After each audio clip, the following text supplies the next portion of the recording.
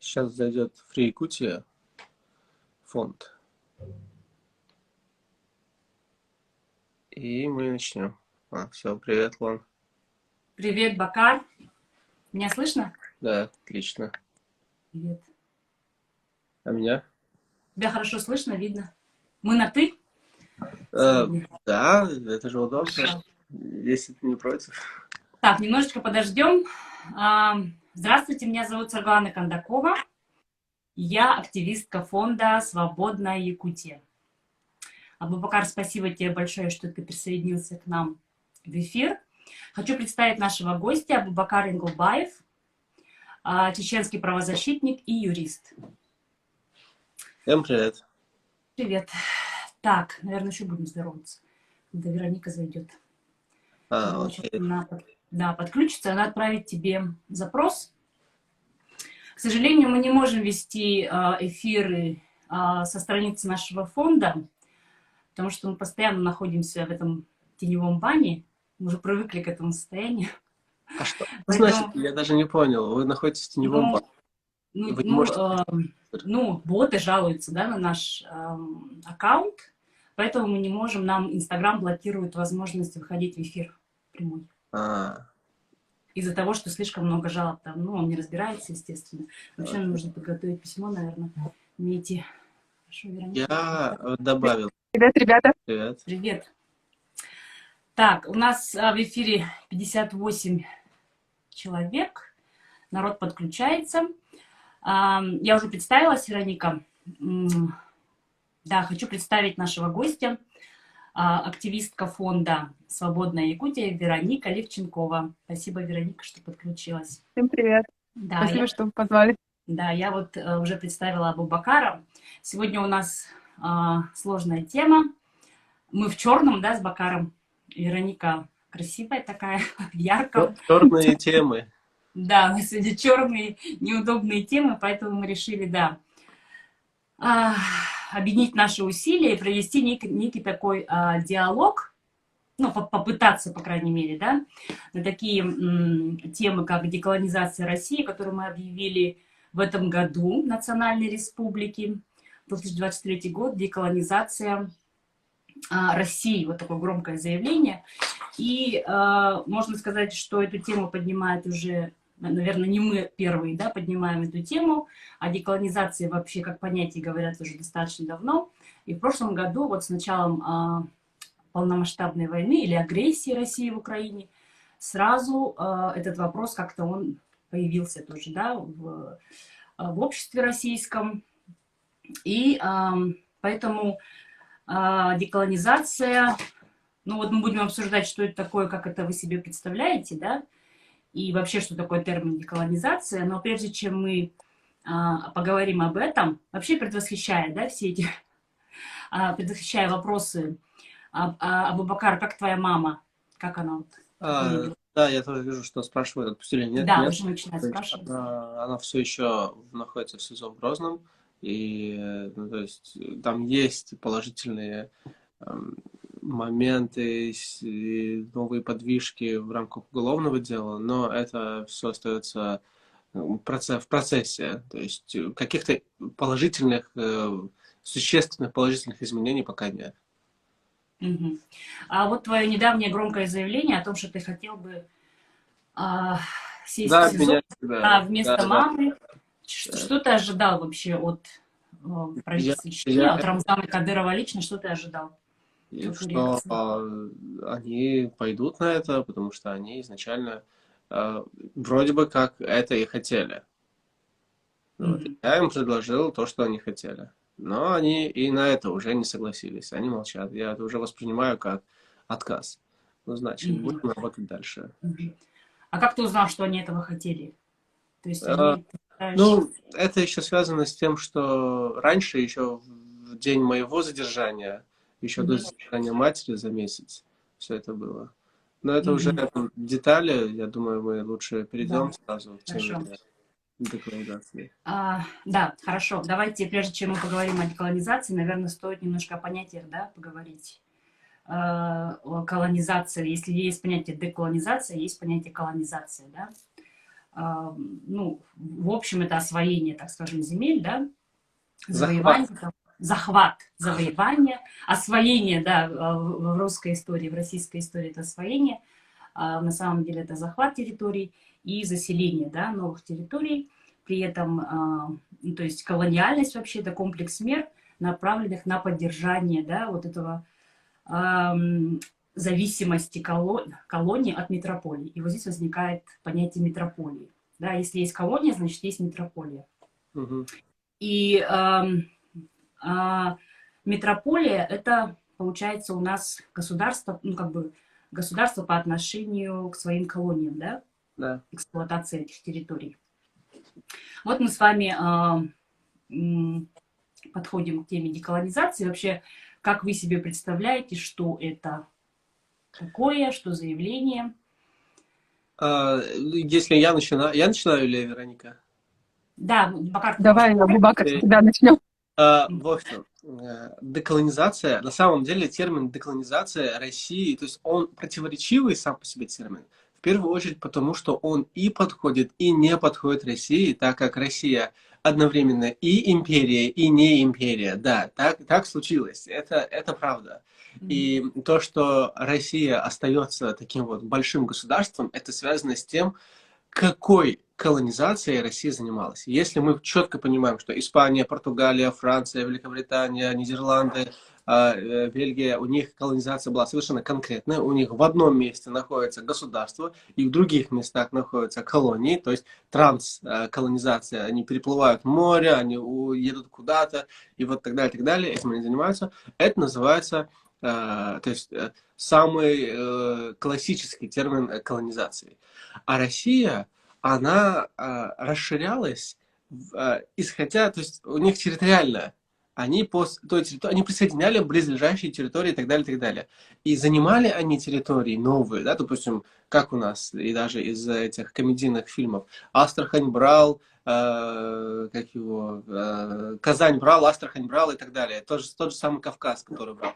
Это были уже сформированные государства. Ну, то есть там уже все было. Ничего нового к тому времени, к тому моменту, ничего из политического, правового, технического, развитого, то есть промышленного, ничего нового не несли в эти регионы. Там уже все было. Там, тут, грубо говоря, если идти дальше через Сибирь, и я просто скажу, что вот, например, была Монголия, и у Монголии тоже есть государства, которые, то есть бывшие, так скажем, монгольские государства, которые сегодня являются в составе России, они тоже к тому моменту, они тоже были развитыми, они были нормальными, они не были отсталыми, это не были аборигены, как любят говорить, когда вот колонизация, мы вот занимали аборигенов.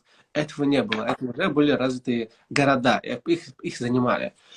Это первое, что отличает от колонизации. И когда мы говорим деколонизация, я, например, то есть я уже указал пункты о том, что для меня деколонизация, 10 пунктов, и они на самом деле универсальные. Не обязательно все их принимать. Их можно даже менять. Например, самый главный вопрос у всех, кто спрашивает, если вы за деколонизацию, так значит вы за что? За отделение или за сохранение в составе страны? Это зависит от региона. Деколонизация в том числе дает право выбора коренным народам самоопределиться, хотят они быть в составе России или не хотят. И они сами определяют зависимость и автономность от этого государства и зависимость к этому государству. Например, захочет Чечня отделиться, она отделится, и не может Россия из-за этого бомбами ее присоединять. Захочет Саха отделиться, Саха тоже отделится, и не может Россия силой ее присоединять. Захочет, например, я просто условно скажу, например, не знаю, Чувашия остаться в составе России, пускай остается. Захочет, например, Бурятия остаться в России, пускай остается, но захочет Бурятия себе, не знаю, широкие автономные полномочия от центра, да, там, оставлять у себя свои природные ресурсы, развиваться внутри себя, не отдавать это все в Москву, а в себя все вкладывать, пожалуйста, это тоже является частью деколонизации. Не обязательно деколонизация означает развалить всю страну. Деколонизация означает то есть то, что произошло с Советским Союзом. Было 15 республик, да, 15 государств, которые образовывались в Советский Союз, и до этого это была Российская империя. В итоге у нас в 90-х годах, мы знаем, эти республики, которые, по идее, была и Российская империя, ну, то есть, они образовались в отдельные государства. Российская империя, которая наследником, не наследником, а преемником которого был Советский Союз, она все, эта империя распалась, но не дораспалась. То есть этот процесс деколонизации, он завершился, он приостановился. И приостановился он на Татарстане конкретно, потому что там провели референдум в 1992 году, и татары выбрали быть независимыми, но им эту независимость таки не дали. И на Чечне, которая вообще еще до развала Советского Союза, еще при советской власти самоопределилась, но нет. Ну, то есть потом уже еще и президента себе выбрали, и парламент, и конституцию, то есть были выборы, но, опять же, началась война, мы это все знаем. И когда мы говорим про деколонизацию России, имеется в виду в том числе и деколонизацию имперского мышления, то есть мышления, деколонизацию мышления, чтобы в просвещении, чтобы нет ни одного музея до сих пор, насколько мне известно, о колонизации, которую проводила Россия, об этноциде, который провела Россия, о геноциде, о массовых убийствах. Есть у нас, по-моему, Сахаровский, все. Но вот это больше про сталинский период, про советские репрессии. Но чтобы было какой-то определенные истории о том, что вот, например, вообще-то российские генералы Российской империи, ну или генералы Российской империи, когда вели колониальную войну на Кавказе, что они отрубали головы местным жителям и отправляли их назад в Москву для исследований и всего тому подобное. А потом еще у нас есть даже доказательства, в музее есть еще хранится голова Хаджимурада, это аварец, который воевал во время Кавказской войны. То есть целая голова отрезанная. Ну, то есть, и деколонизация России не только имеется в виду какая территория, ресурсы, армия, экономика, финансы, там, язык, чтобы в каждой национальной республике был первым, он по закону является, но и чтобы по факту это было так, чтобы бюрократическим языком первым был свой родной язык, потому что когда язык бюрократии, основным языком народа становится язык бюрократии, все равно, так или иначе. Вот. И это в том числе и чтобы в школах во время истории нас также, наших детей также обучали, что когда Россия пришла там, в Сибирь, на Дальний Восток, на Кавказ, это не было освоением. Это было как раз-таки путем массовых убийств.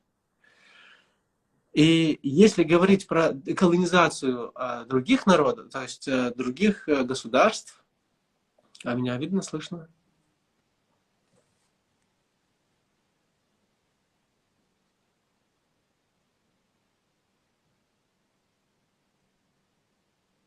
Вы меня видите кто-нибудь?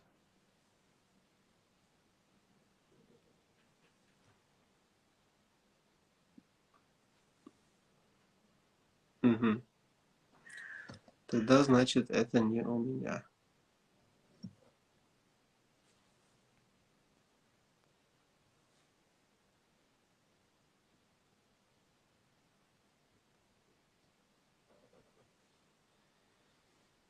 Так, что-то у нас случилось, меня выкинуло. Я вижу тебя. Отлично, тогда дождемся и продолжим. Да, и пока есть такая возможность задать тебе тоже дополняющий вопрос. Вот на твой взгляд, что произошло тогда в 90-х? Почему отделение республик прекратилось именно на Татарстане и Чечне? Почему им не дали уйти? Да? Да, я не знаю, что случилось с интернетом или что. Да. В 90-х процесс деколонизации, он был просто прерван абсолютно нагло и нахально в первую очередь, опять же, Кремлем, опять же, то есть уже новый у нас лидер России, Ельцин. И было это связано с тем, что не хотели дальше, чтобы страна разваливалась, как они говорят. То есть, ну, об этом уже сказано, про принцип домино, что пошло бы дальше все. Потому что там еще и Башкортостан хотел отделяться, и много кто. И Кавказ в целом тоже уже планировал, смотрел на Чечню, и вот Дагестан об этом думал. И все могло завершиться тем, что России было бы сильно меньше. Мгм. И вот я закончу насчет деколонизации. Многие сравнивают термин деколонизация с западными странами. И даже деколонизация западных стран, она же тоже была не совсем, то есть не в таком привычном смысле, как нам кажется, что вот кто-то добровольно прекратил влияние, оказывать влияние на свои колонии, а кто-то недобровольно. И это так. Например, Испания, Португалия, они лишились больше из-за того, что вели много войн там с Великобританией. Ну, то есть у них были эти морские войны с другими имперскими странами. Вот. И они в итоге проиграли и лишились всего этого, и не смогли обеспечивать контроль. А если говорить про Великобританию, то можно сказать, что у Великобритании все еще есть влияние, так скажем, там, на Канаду или Австралию. Там же все еще королева-король от Британии идет. То есть это в каком-то психологическом смысле деколонизация еще даже не завершилась. А Франция добровольно отказалась от своих колоний, Бельгия тоже, они добровольно отказались. То есть Франция сама себя деколонизировала.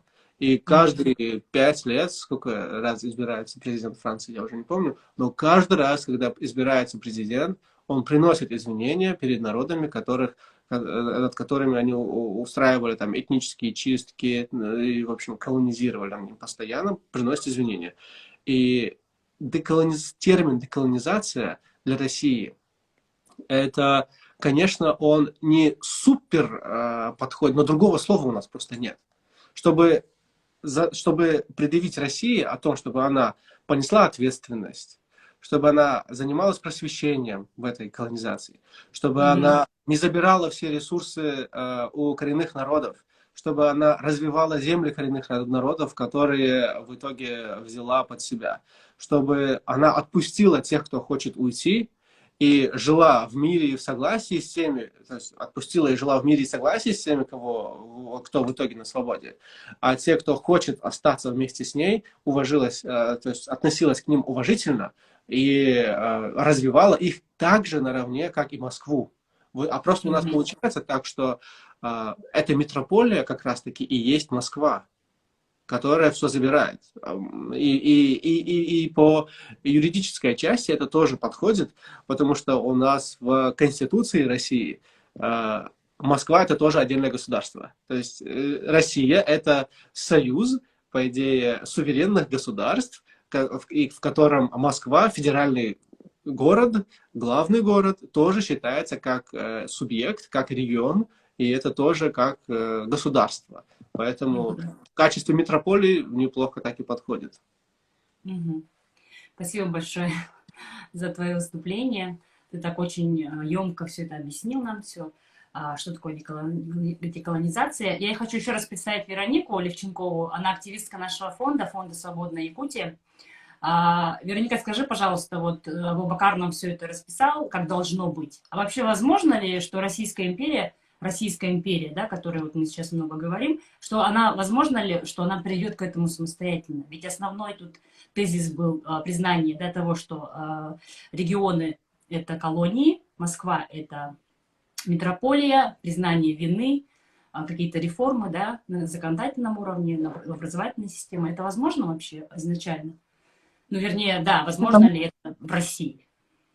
Все, что описал. Ну, на мой взгляд, конечно, возможно, потому что нет ни одной империи, которая бы не распалась по итогу. Да. Поэтому изначально просто вот этот вот процесс, он запускается очень сложно, потому что настолько наши мозги проел шовинизм и имперскость, что люди даже боятся конфронтации, как мы видим вот из последних событий последних дней, когда справедливо возникают у людей вопросы, вместо того, чтобы выходить на диалог, его обсуждать уважительно, люди предпочитают просто закрывать свои страницы и таким образом избегать. А когда их припирают к стенке face-to-face, лицом к лицу, значит, они вот начинают это все передергиванием заниматься.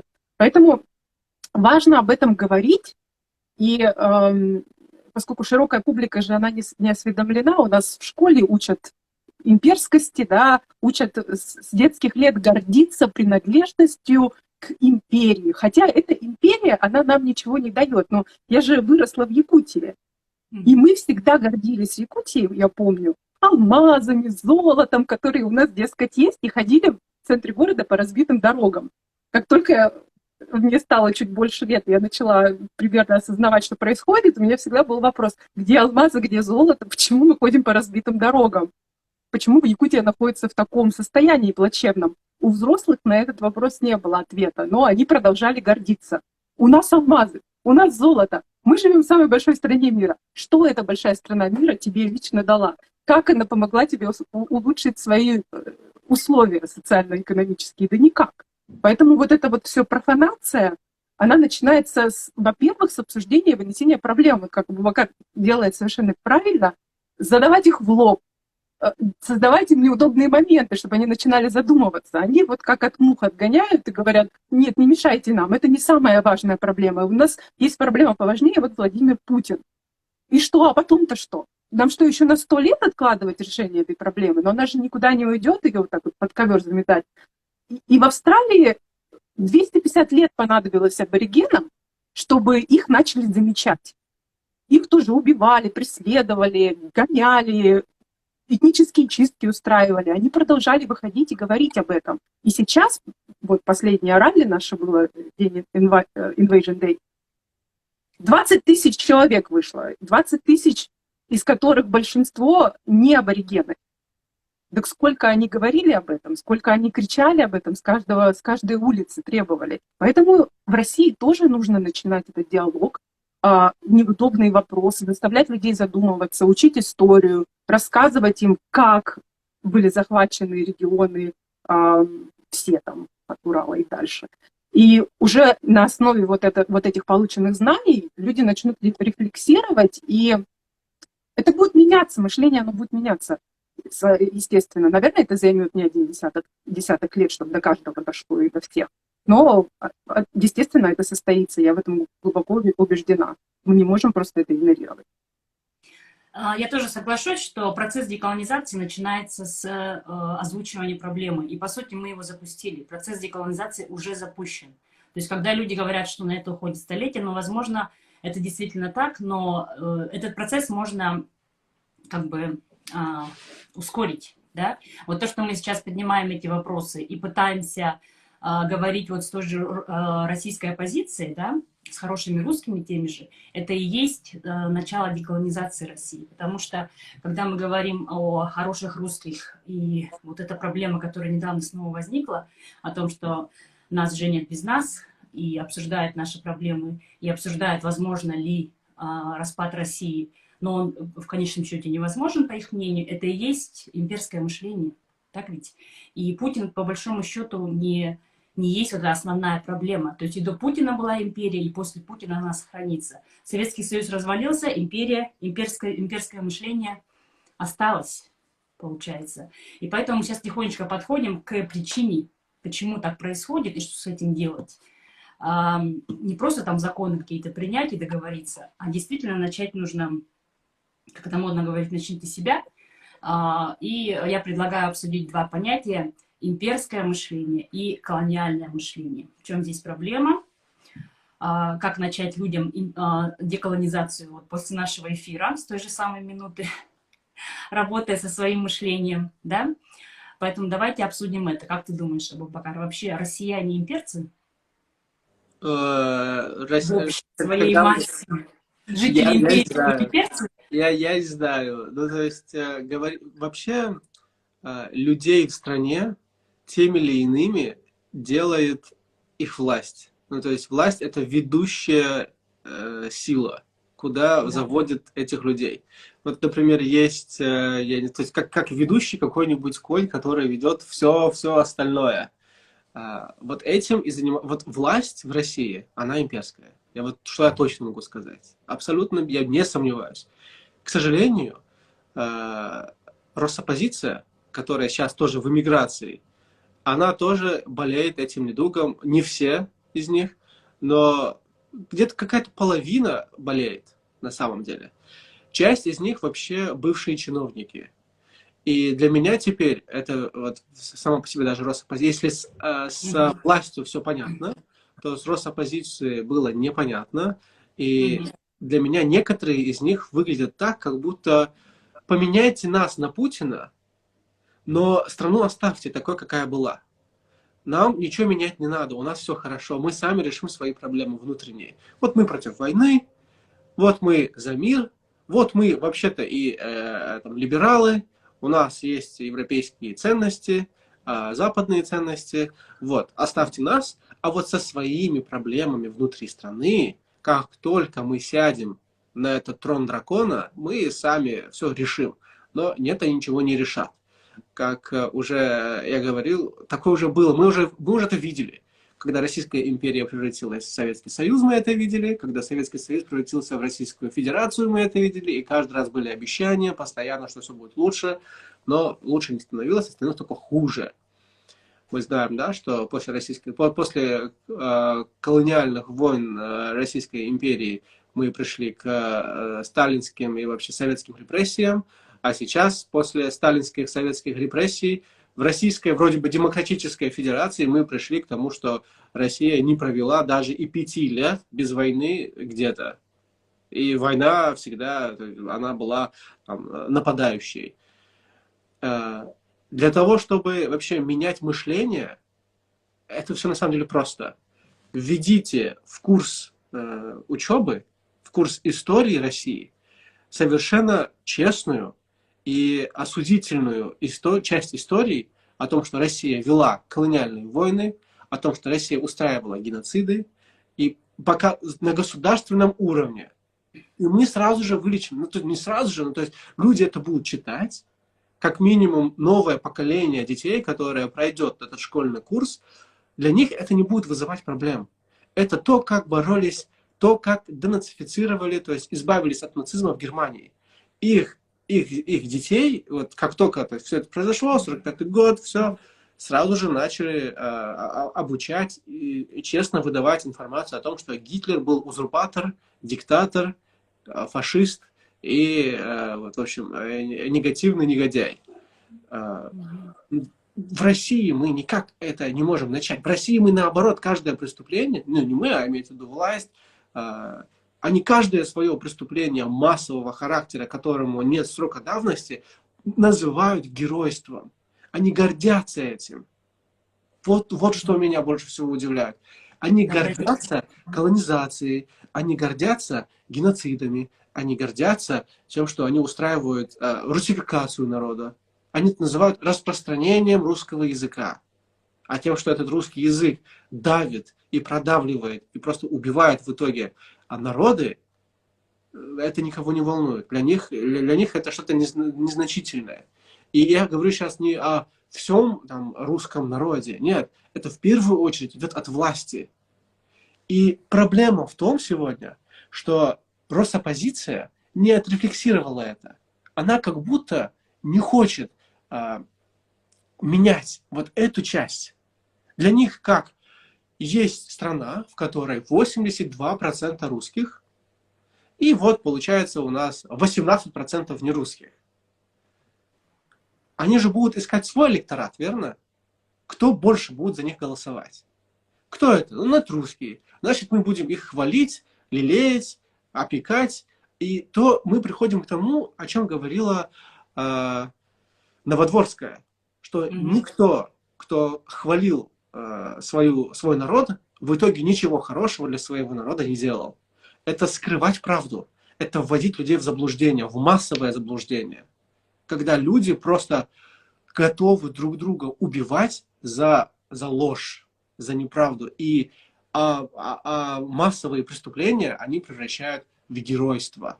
Преступники, которые устраивали геноциды, им дают геройские звания. Их называют, официально их называют героями России. Ну, это же... Ну, их лишали когда-нибудь этих геройств? Людей, которые устраивали геноцид на Кавказе, на Дальнем Востоке, в Сибири, их когда-нибудь, им дали эти геройские звания, они же продолжают ими быть, им памятники ставят, тому же Сталину памятники ставят. До сих пор.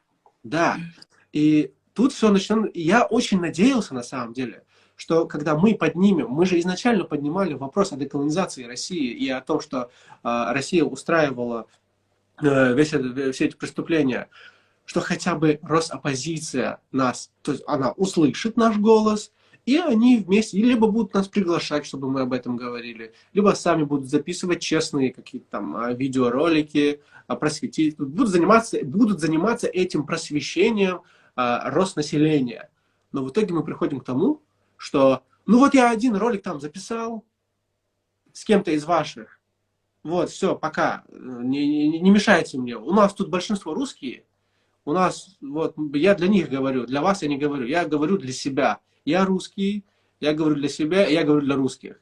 А то, что вы есть, но вы же не большинство, вы же не будете за меня голосовать. Меня это не волнует. Это как раз-таки то, на чем выезжала почти каждая власть. Тот же Ельцин, тот же Путин. Когда они говорят, вот там в Чечне ущемляют русских и русский язык, и мы идем там их туда спасать. Вон там в Грузии ущемляют русских, мы идем туда спасать. Вон там в Молдове ущемляют русских, мы идем туда спасать. Вон там в Казахстане ущемляют русских, мы не позволим там, чтобы была революция. Вон там в Беларуси хотят поменять эти бело-красно-белые. И вот мы не позволим, чтобы там ущемляли русский язык. Вон в Украине ущемляют русских и русский язык, мы не позволим. Вот это. Ну, это стереотип же такого, да, имперского мышления получается. Ну, да. Стереотип, который продолжает существовать. Да, и это то, как бы мне тоже тяжело, когда вроде бы обычный русский человек, как это говорится, русский человек, когда ему доносишь эти мысли, и мне обидно, например, почему ты это не знаешь, почему я твою историю знаю, а ты мою не знаешь, почему ты не знаешь своей вины передо мной. Ну, не конкретно передо мной, да, а вот в части истории. Если ты считаешь себя наследником истории своей страны, своего народа, то почему ты не знаешь преступления своего народа в отношении меня и моего народа? Или других коренных народов?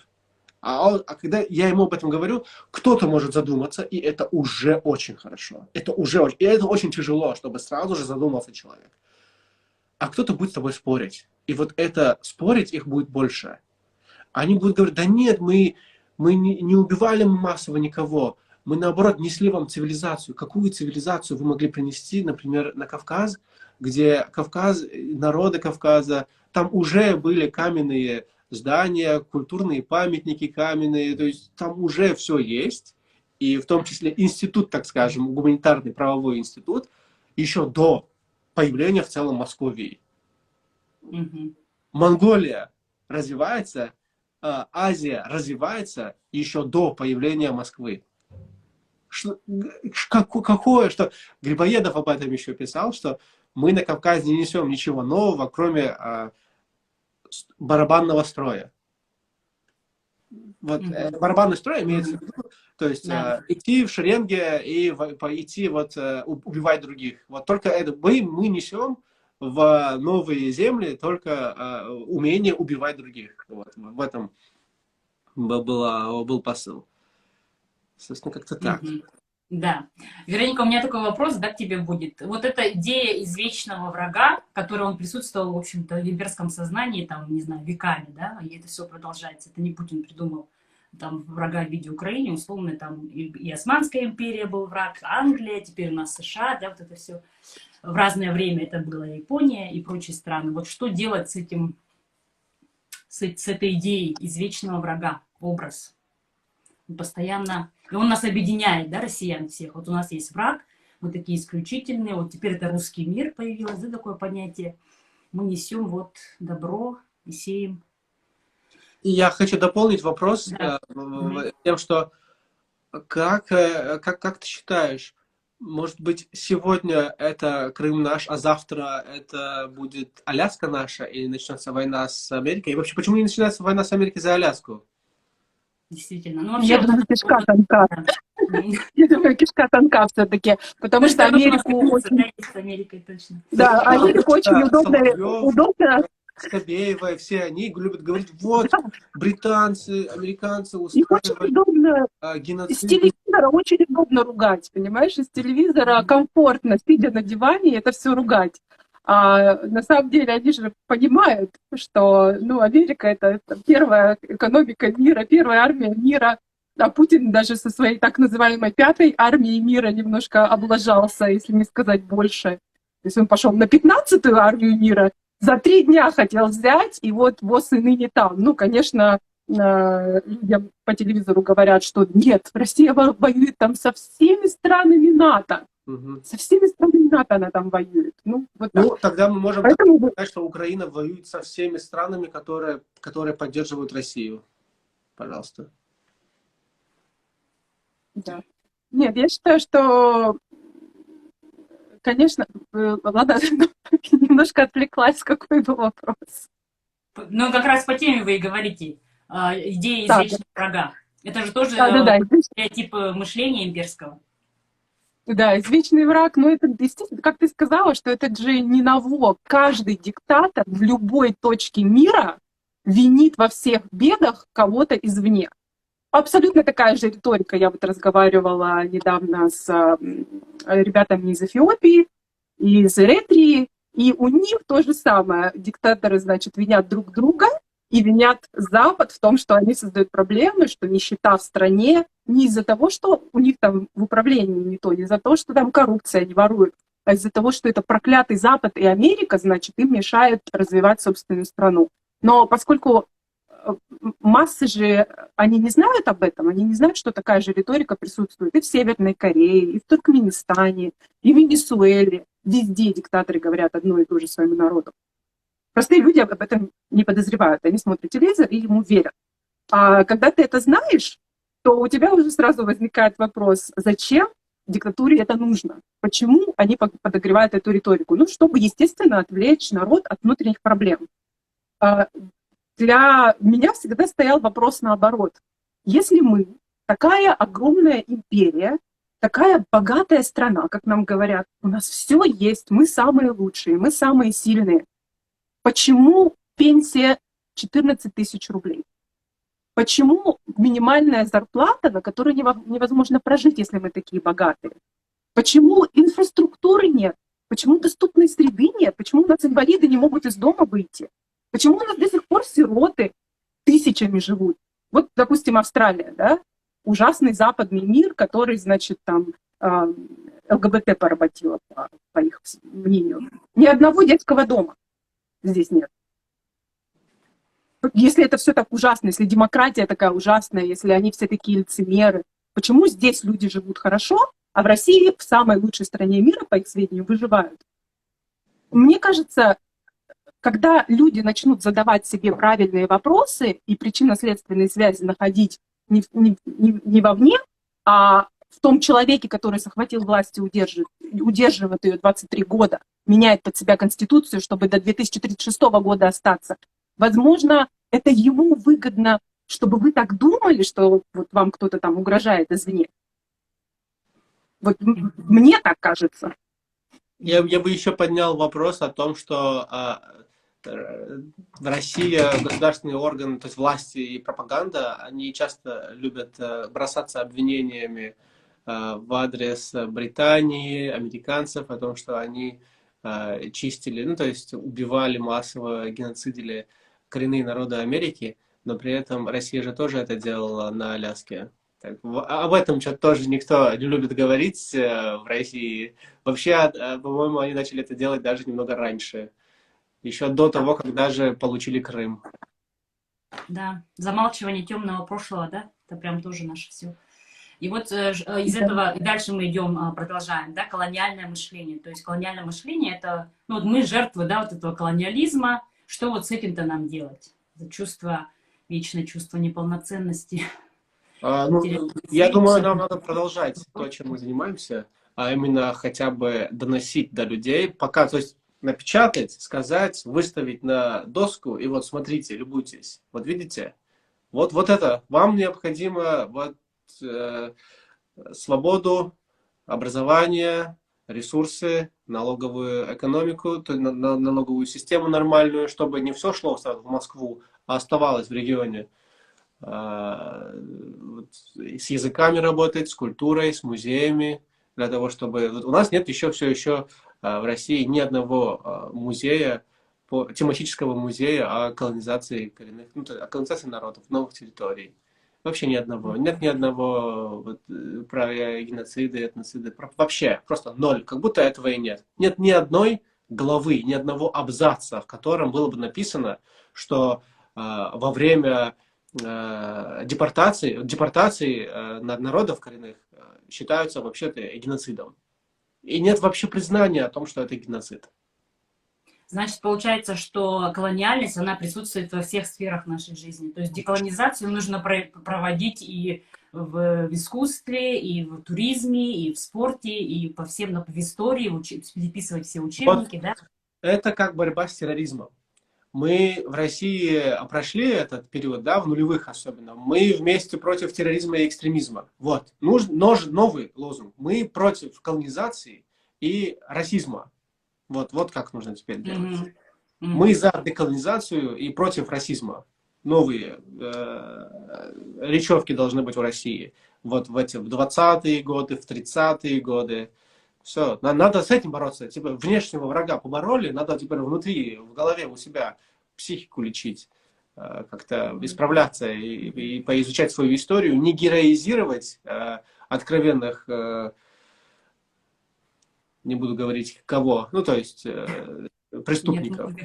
Да, не героизировать их, а прямо указывать, что вот Ермолов, он не герой Кавказа и не герой России. Это человек, который убивал людей массово, продавал людей в рабство, держал у себя рабов. Вот. Надо, вообще мало, то есть у нас даже, когда говорят про рабство в России, да, как говорят, крепостные крестьяне. И это как-то вводит в заблуждение. Кажется, ну, это же не рабы, наверное, да? А крепостные крестьяне.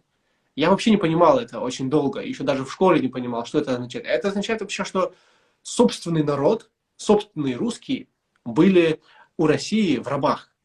То есть это единственная страна, где свой же народ был в рабстве.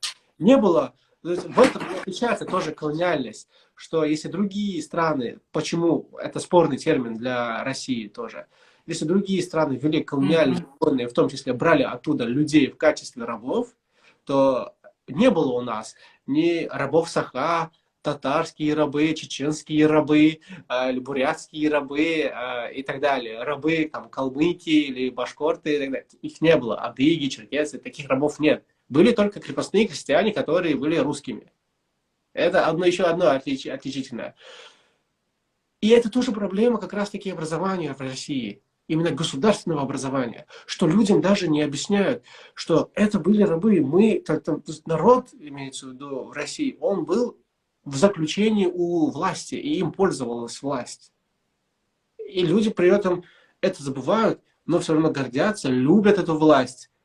Я не знаю, у меня как-то в голове это не складывается в нормальную мозаику, чтобы после всего такого можно было бы даже идти за такой вот властью, которая гордится историей Российской империи, историей колониальных войн России, когда ты, как представитель из обычного народа, был рабом. Проще говоря, обычный русский сегодня, если вернулся бы в какой-нибудь 18 или 17 век, он был бы крепостным крестьянином, а это значит рабом. И не знаю, то есть надо работать. Да. Но рабы говорят, мы не рабы, рабы не мы.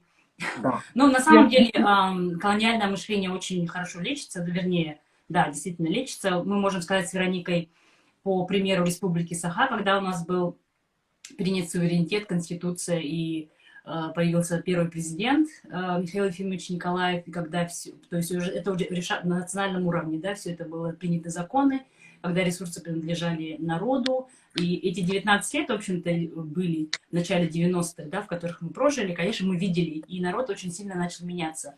То есть и начала появляться и самоидентичность, и в школах начали изучать якутский язык и все прочее. То есть если на законодательном уровне это организовать, в принципе, это все очень быстро решаемо. Но, к сожалению, потом все это, видите, сошло опять снова. Вероника, что ты хочешь добавить? Да, я вот как раз хотела вторить Абубакру, потому что мы как раз с мамой сегодня обсуждали эту тему и конкретно говорили о том, что никто так не эксплуатировал и не геноцидил русский народ, как его правители. Это тысячелетия рабства, Да. кучки знати просто. Потом это 80 лет, значит, Советского Союза, где всех раскулачили, кто хоть как-то хорошо стал жить, убили всех несогласных, миллионы сослали и сгнобили, а между остальными, значит, распределили крохи, чтобы вот, ну, все жили одинаково бедно, кроме вот этой вот верхушки компартии. В 90-е годы там немножко свободы, потом пришел Путин и, значит, системно начал опять это все отбирать, и у нас вот опять олигархат, значит, Путин и его дружки, у которых все, а остальным там крохи с барского стола. И люди продолжают ломать шапку перед барами, продолжают вот присмыкаться перед чиновниками, сказка «Вера в доброго царя». Это просто, вот, я не знаю, надеюсь, что это истребимо, надеюсь, что рефлексия наступит, что когда-нибудь, ну, в 90-е она же была там до какого-то 2000 определенного года, когда был немножко такой либеральное телевидение, где были те же куклы, вот эти все программы, что народ вроде как так только начал приобщаться, и тут бах, значит, все захлопнулось, и идите, значит, опять по своим барам и продолжайте хвалить царя. Вот как в Якутске даже, да, что далеко ходить. У меня сестра жила на 17-м квартале, ладно, знает, это один из самых опасных, неблагополучных районов города, где люди до сих пор минус 50 ведерно-выносная система. И вот в этих бараках они живут, значит, там вода застывает, ну, невозможно ходить, все ужасно. Бездомные собаки, значит, огромные бегают зимой, минус 50, туман. И живя там, в этих условиях, значительная часть, я не побоюсь этого слова, восхваляет, значит, федеральную власть. Да. И, по крайней мере, не критикует ее. Это то, о чем мы тоже говорим, что в России первые пострадавшие на самом деле это сами русские из обычного населения. То есть я об этом еще писал большой текст, еще пока там работал в правозащитной среде, он был очень спорным для многих. Но это, возвращаясь к тому, что русские страдали в первую очередь от этой власти, имперской власти. И если в других странах того времени свой народ не обрекали в рабство, но Российская империя обрекала. И вводила всякие эти реформы в том числе. Но, в общем, спрашивают, что как это решать и тому подобное. Сейчас решить, конечно, мы вернуться в прошлое, это решить не можем. Мы можем как-то предотвратить в будущем такие вещи. И предотвращение в будущем этих, вот этого поведения и таких вот последствий, в первую очередь заключается в просвещении. В том, чтобы в школе нам рассказывали не ложную историю, хотя бы не ложную историю, а честную, что как было. И плюс, чтобы было государственное спонсирование этой деколонизации, в первую очередь, в голове, как было в нулевые, где везде были баннеры о том, что против терроризма и экстремизма. Вот то же самое, что против империи, против расизма. Вот это должно происходить сейчас. Государство должно само быть заинтересовано в том, чтобы деколонизировать мышление, имперское мышление людей. И пока это не произойдет, Украина повторится, опять будет Чечня, Молдова и так далее, и так далее. Грузия, Казахстан и все тому подобное. Иначе это не поменять. И Роспозиция, она также будет подстраиваться под свой будущий электорат. Они будут искать общие точки соприкосновения для того, чтобы иметь больше избирателей. А пока у избирателей мышление не деколонизировано, то эта проблема будет сохраняться. Потому что избиратели продолжают кричать «Крым наш». Пока человек кричит «Крым наш», вообще никакой речи не может быть о каких-то изменениях. Потом, какие могут быть изменения, если те же самые хорошие русские не говорят с нами, да, не общаются с нацменьшинствами, с представителями регионов. Как бы получается, что мы приходим к заключительному такому нашему обсуждению о развале страны. То есть тут может быть два пути. Путин остается у власти, и его да, ОПГ, мы превращаемся в Северную Корею, или приходят к власти, ну, условно, те же хорошие русские, та же оппозиция, да, и все снова продолжается, и через некоторое время мы получим вторую там, еще какую-то Украину, или какую-то, да, войну очередную, или развал страны, вот, о котором стали многие говорить. Он вообще возможен, и как вы себе представляете? И вообще излечит ли, поможет ли это России? Ну, смотри, ей нужно развалиться для того, чтобы... Когда была деколонизация Советского Союза, это лучше так назвать, когда республики обретали свободу, тоже были люди против. И была часть власти, которая была против. Но была часть власти, которая была за. Вот произошел это развал Советского Союза. Его вот деколонизировали, деимпериализировали. Но ничего плохого же не произошло. У нас новые прекрасные страны, как страны Балтии. У нас есть та же Грузия. Украина, если бы ее не трогали, тоже очень даже прекраснейшая. Казахстан очень хорошо развивается. Вроде бы это тоже такие, не все из этих стран имеют тот же выход к морю. Вроде бы они тоже во время Советского Союза... Все к этому морю пристали. Да. Да, это те же страны, которые тоже были депрессивные в плане экономики. Ну, то есть у них были те же проблемы. Им тоже говорили, что вы перебьете друг друга, у вас территориальные споры и многое другое. Но, как мы видим, плюс-минус, все окей. Они не доставляют проблем, которые сегодня доставляет Россия. Даже Азербайджан с Арменией, которые воюют, они не доставляют прям такую же прям суперглобальную проблему, как доставляет Россия. То есть, и когда мы говорим, что там регионы, которые отделятся, они смогут жить самостоятельно, у них все плохо, друг друга перебьют, у вас нет моря, нет экономики, нет ресурсов, мозгов, я сразу говорю, вернитесь вон туда, в 90-е годы, в начало, и посмотрите через 30 лет, какие государства у нас образовались после распада Советского Союза. Ничего подобного нет. Из всех этих стран проблему приносит только Россия. Только она проблемная. Только она нападает на соседей, только она остается империей.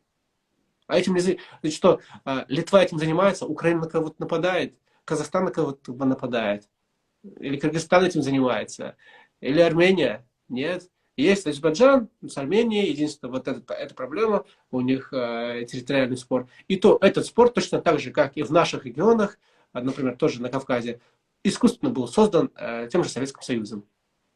Все то же самое. Для того, чтобы разделять народы и из метрополии ими владеть. Вероника, как ты считаешь, вообще это возможно, такой сценарий? И спасет ли это Россию, развал страны? И почему-то никто не хочет развала, кроме нас. Мы, получается, единственные, что ли? Мы кто? Мы сепаратисты? Да, ну, потому что, наверное, термин «развал», он несет под собой такой негативный окрас. Я бы все-таки лучше сказала самоопределение народа. То есть дайте людям решить свою судьбу. И, как Абубакр правильно заметил. Русским тоже дайте определиться. Может быть, есть районы, регионы, там, например, Смоленск, Нижний Новгород, которые хотят самоопределения тоже. Может, я не знаю, Новгородская республика, хотят здесь в Великом Новгороде, хотят, не знаю, Новгородскую республику. То есть, как бы непонятно это все. Понимаете? То есть это все, да, кстати, это не развал России, это, может быть, даже не деколонизация, а самоопределение России в голове, в территории, в политике, в искусстве, везде. Да, мне тоже так кажется, что надо как-то вот на позитивную ноту настраивать людей, потому что развал, они сразу лапки вверх, ой, не надо нам там 17-й год, революция и так далее, или там Третья Чеченская, давайте не будем, вот люди боятся, и, наверное, правильно боятся насилия, так и надо, если бы мы все боялись в должной мере насилия, вот ничего бы этого не происходило. А если мы будем говорить и настаивать, и делать упор на то, что это самоопределение народов, тогда у людей будет включаться, может быть, какой-то интерес, они будут узнавать, а что это вообще такое, что это за самоопределение, и почему там кто-то говорит про самоопределение как право народов, кто-то говорит про целостность государств, и как это вот противоречащие друг другу такие нормы международного права. На самом деле там нет противоречия, там есть права человека, это главное, все, точка. Гуманизм — это главное. Если мы будем исходить из этого, то мы будем двигаться в правильном направлении. А когда мы будем защищать имперскость и государственность, у нас все народы будут страдать, потому что мы не ставим их во главу угла.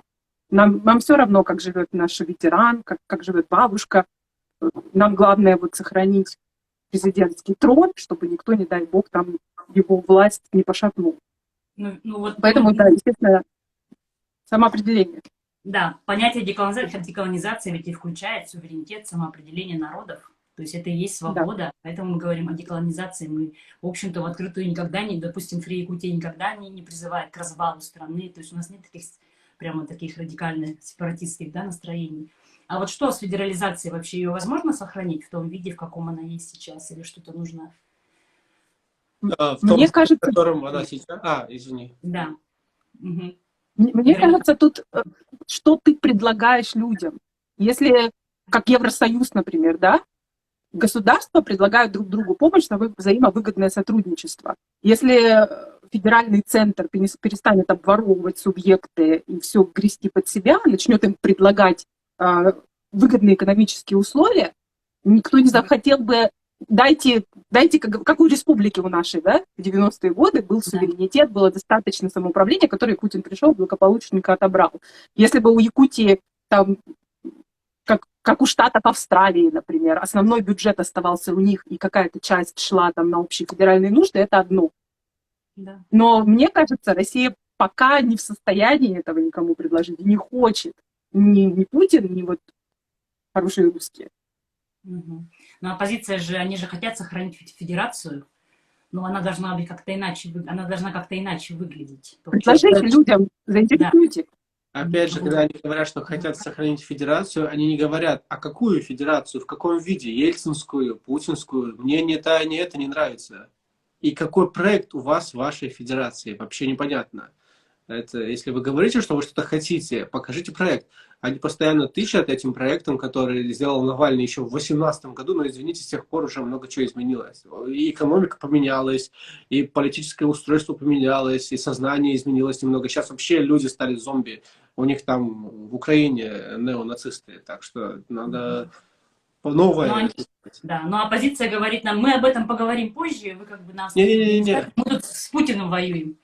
Не, мы позже об этом говорить не будем. Мы перед тем, как поплыть, да, то есть мы не хотим менять коней, мы хотим знать заранее, на каких конях мы будем ехать, плыть и все вот это вот, и летать и так далее. Нам заранее надо знать сразу, что вы хотя бы примерно. Конечно, мы все против Путина. Я вообще с рождения против Путина. Ну, то есть вообще, я сколько его знаю, я всегда против него. Всю жизнь против Путина. Это вообще не оправдание. Это вообще не является... Это вот громоотвод от темы то есть, империализма, расизма в России. Вот, громоотвод от этого. Но нет, мы не будем отводить внимание от этого вопроса, потому что расизм и имперскость была во все периоды России. Никогда вот эти термины не переставали быть актуальны для России. И когда была надежда хотя бы, что произойдет что-то нормальное, демократическое при Ельцине, ничего не поменялось. Поэтому нам сейчас надо. Ельцин тоже говорил, это потом мы решим. Путин тоже говорил, сейчас поборем терроризм, тоже решим, что там, как дальше будет. Не-не-не, нас уже больше этим не купить. Мы ученые, да? Поэтому важен, конечно, диалог. И российской либеральной оппозиции придется с нами говорить на эту тему, коль скоро они хотят сохранить страну. И как это все будет дальше происходить, мы должны сесть за стол переговоров и все это обсудить. Поэтому вот это вот все, детский сад с блокировкой наших аккаунтов, это, конечно, выглядит очень как-то нелепо, да? Это некрасиво, максимально некрасиво. Это Да, человек прямо говорит, что я не буду с вами общаться. Мне не интересны ваши проблемы. Мне вы не нравитесь. Все. Все, заткнитесь. Просто закройте свой рот. Вот это как звучит. да, действительно. Вот у нас остается время небольшое, да? А, у тебя сколько по времени идут эфиры? По часу, наверное, и потом ты просто Да, выключаешься, мы да, как или раз как? уже все заканчиваем, уже прям Ну, ясно, я вот, думаю, нормально на самом деле. Вроде бы мы можем потом да. продолжить. Мгм. Я Или у просто тебя есть какие хотела, вопросы? да, я просто хотела озвучить некоторые вопросы наших Давай. подписчиков. Давай. Тут вопросы разного, да, такого характера.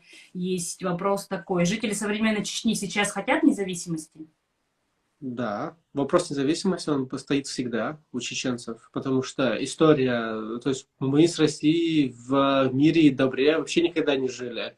У нас всегда либо мы остаемся на пороге к полному исчезновению и гибели, либо мы соглашаемся в итоге под дулами автоматов, танков, либо мушкет быть в итоге с Россией.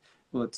Выбор либо смерть, либо с Россией. И до того, как чтобы был выбор смерть, мы тратим просто, я не знаю, где-то 80% нашего населения на то, чтобы биться за эту свободу.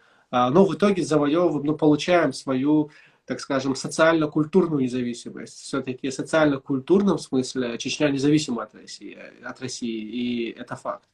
Поэтому, да, Чечня была и будет всегда за независимость, потому что Россия и Чечня, русский и чеченец, это просто настолько разные люди, это нам больше разницы, чем у русского и у американца. Намного Мгм. больше разницы. Поэтому это вопрос только во времени, а не в желании. Ну, надо отдать должное Милову, что он допускает как раз отделение Чечни от России. С этой мыслью они уже смирились как бы на протяжении этих лет. После 2 чеченских войн, видишь, всего вот этого муссирования этой темы, неудобного чеченского вопроса, как бы приходим к этому. Про нас он вообще не может это утверждать, вернее, говорит, что общался он с людьми в различных регионах, и что якобы люди против. Ну, давайте об этом говорить, чтобы люди привыкали к этой теме тоже. Тут несколько вопросов связано с... Вероника, может быть, тоже на них ответит. Развал России возможен без кровопролития? Ну, смотря как будет происходить этот развал. Развал, он же как? Это же революция. То есть, если мы говорим про революцию, да, она может быть и бархатной, и может быть кровавой, действительно. И зависит от того, как будут себя вести ведущие люди. Ну, то есть, те люди, которые будут иметь за собой электорат. Если они смогут договориться, и может все обойтись малой кровью, как это было при Ельцине, когда были две определенные политические силы, которые там было с разными мнениями, но они с малой кровью добились того, что не произошла массовая, глобальная революция в стране. Смотря как будут договариваться люди. Если они договорятся не стрелять друг в друга, то это можно сделать мирным путем. А если не захотят, то будет кровопролитие. А так, конечно, возможно. Теоретически возможно. То есть мы опять приходим к тому, что нужен диалог, да, нужно общаться, не Обязательно. блокировать людей, да, и паблики, а общаться с людьми, разговаривать, садиться и общаться на эти темы. Вероника, что ты думаешь по этому поводу? Да, я тоже согласна, потому что у нас есть пример вот всех этих стран, которые отделились путем подписания соглашений, все постсоветские страны, да, споткнулись на Чечне, но вопрос в том, что после такой длительной, изнурительной войны в Украине будет ли у путинской России или от того режима, который придет на смену, или от того преемника, который придет на смену, а, тот ресурс, чтобы подавлять протесты в регионах, которые будут хотеть определиться, либо они потратят все свои ресурсы, всех своих военных, вот, закидают пушечным мясом Украину, что они сейчас делают. Вот на фоне этого, мне кажется, есть больше шансов у тех республик, которые будут очень сильно хотеть отделения. Ну, чтобы узнать, хотят ли республики отделяться, конечно, нужно узнать мнение народа. Да? Для этого нужны референдумы, проводить опросы. Вот что, как скажет народ, действительно так и должно произойти. Если люди хотят остаться в составе федерации, то есть они должны задать себе вопрос, жить вот в этой в этой федерации, которая она есть, или что-то менять, или просто отделяться, независимо идти. Это должна быть отдельная, допустим, республика Саха, или должен быть какой-то союз, какая-то там конфедерация, что это. Это должны все это сделать, конечно, решать люди, не мы с вами, конечно же, да, кто мы есть, мы даже не политики. Может, хорошо, что мы не политики, это понимаем. Вот, и еще был вопрос такой, ну, есть похожий вопрос, поэтому я не буду... У нас задавали вопросы люди здесь, и немножечко, по-моему, ты читал их, да, Абубакар? Да, я читал, но там больше были Ну они похожи, да? комментарии. Да, да, мы отвечали, по-моему, точно на большинство этих вопросов. Некоторые вопросы были в качестве комментариев, а не прямых вопросов. Но вроде мы прошлись по этим темам. Мы с тобой, на самом деле, можем сделать еще один эфир, где я могу, или я отдельно его сделаю, где я объясню по пунктам, которые я указал, 10 пунктов про деколонизацию России, что это имеется в виду. И объясню вообще, что туда включено. Ну, то есть, например, даже пункт про армию, что распределение, равное распределение по регионам на душу населения вооружения, это тоже про деколонизацию в том смысле, что, допустим, Саха хочет отделиться, но у нее нет, говорят, ты не сможешь себя защитить, поэтому не отделяйся. Вас Ну, захватит Китай, нас захватит да, Китай. да. Ну так вот, чтобы меня не захватил Китай, ты должен, как и в Москве держать на душу населения количество оружия, так и в Саха держать на душу населения. И все будет нормально у тебя. Тебе нужно распределить оружие в том числе. У тебя должны быть на местах тоже армии. Не русская, российская армия, а армия Саха. В Бурятии должна быть. Абубакар, Да. можно тогда вопрос? Вот мне, кстати, тоже в личное сообщение пришел вопрос такого плана вот, на эту тему.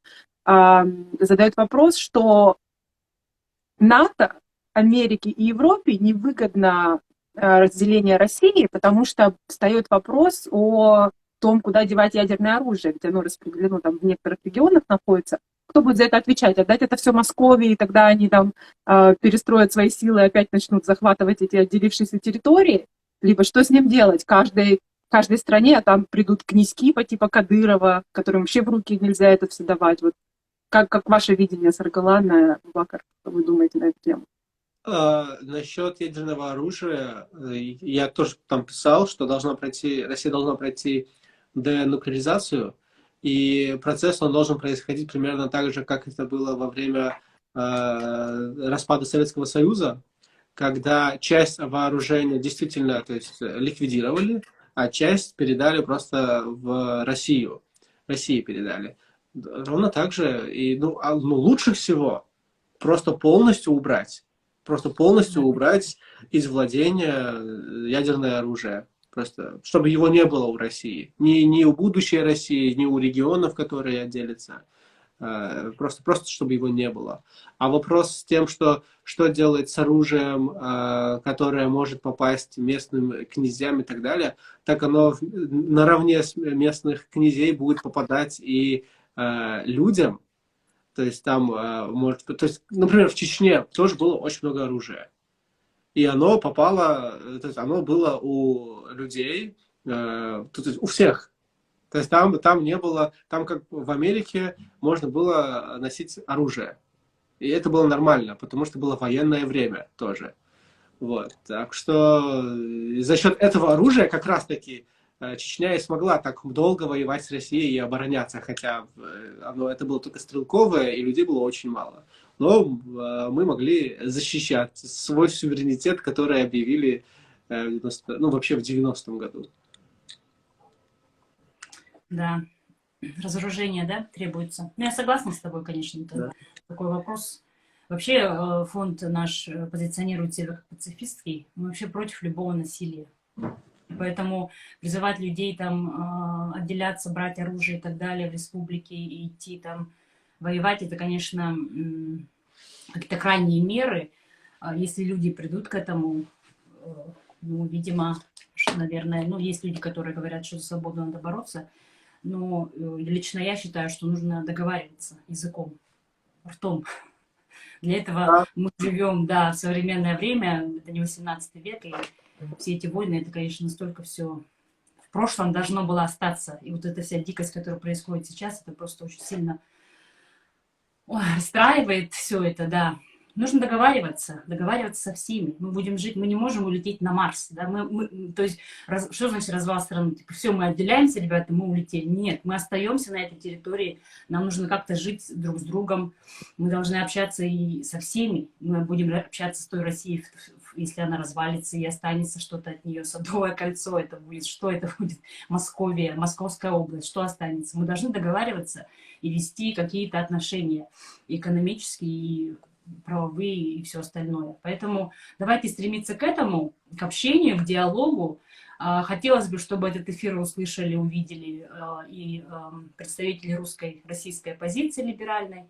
И, может быть, согласятся кто-то из них выйти с нами в эфир и пообщаться, да.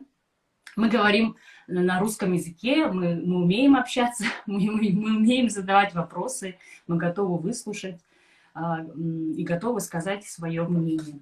Я думаю, что сейчас эфир просто отключится в какой-то момент, поэтому благодарю всех тех, кто подключился к нам. Спасибо большое, Вероника, наша активистка из «Свободной Якутии». Спасибо большое, Абубакар Ингулбаев, правозащитник из Чечни, юрист.